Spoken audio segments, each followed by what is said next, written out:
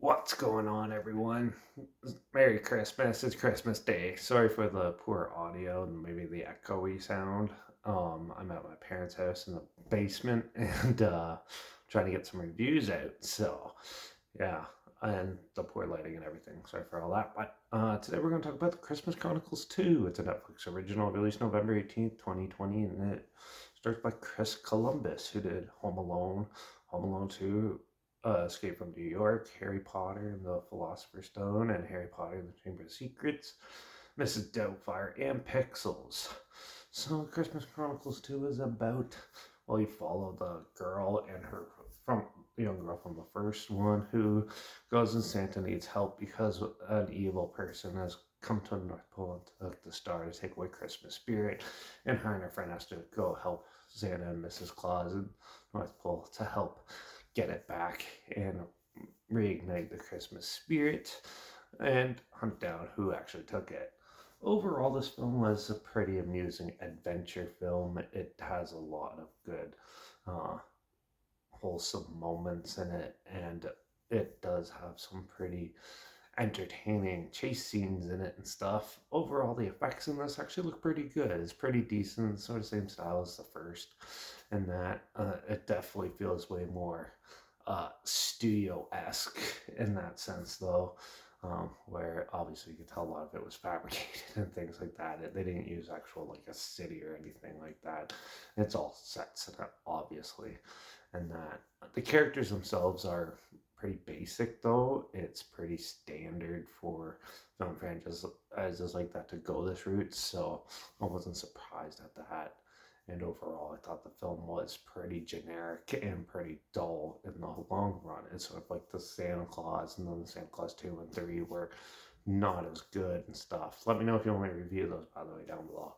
But this is the adventure aspect of this is really good, and obviously they have a really good director, Christopher Columbus, doing this. But I think the flaw in this film is the writing. The dialogue in it is just so pointless and just not worth the effort sitting through it, because they'll do something interesting, have some pointless dialogue. Do something interesting, have some pointless dialogue. They spoon feed you everything in this one too, instead of just leaving it up for your own interpretation and stuff. They also cut a lot of the amusing comedy like they had in the first one. They kind of cut all that out and just put more adventure into it. And then obviously some musical numbers, which were really annoying and not as well developed or anything like that for this one. Overall, I thought The Christmas Chronicles 2 was a pretty dull sequel.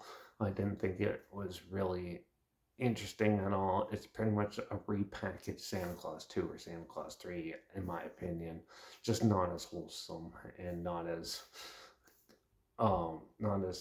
very Christmassy. It does have the Christmas aesthetic, but still, it's just your typical family adventure film. It's nothing new. It's Journey to the Center of the Earth. It's Journey to the Mystery Island.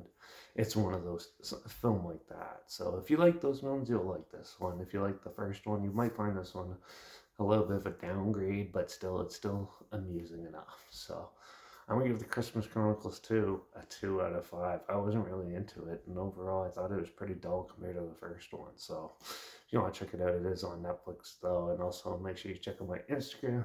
I'll link the trailer down below, by the way, so you can check it out there at least.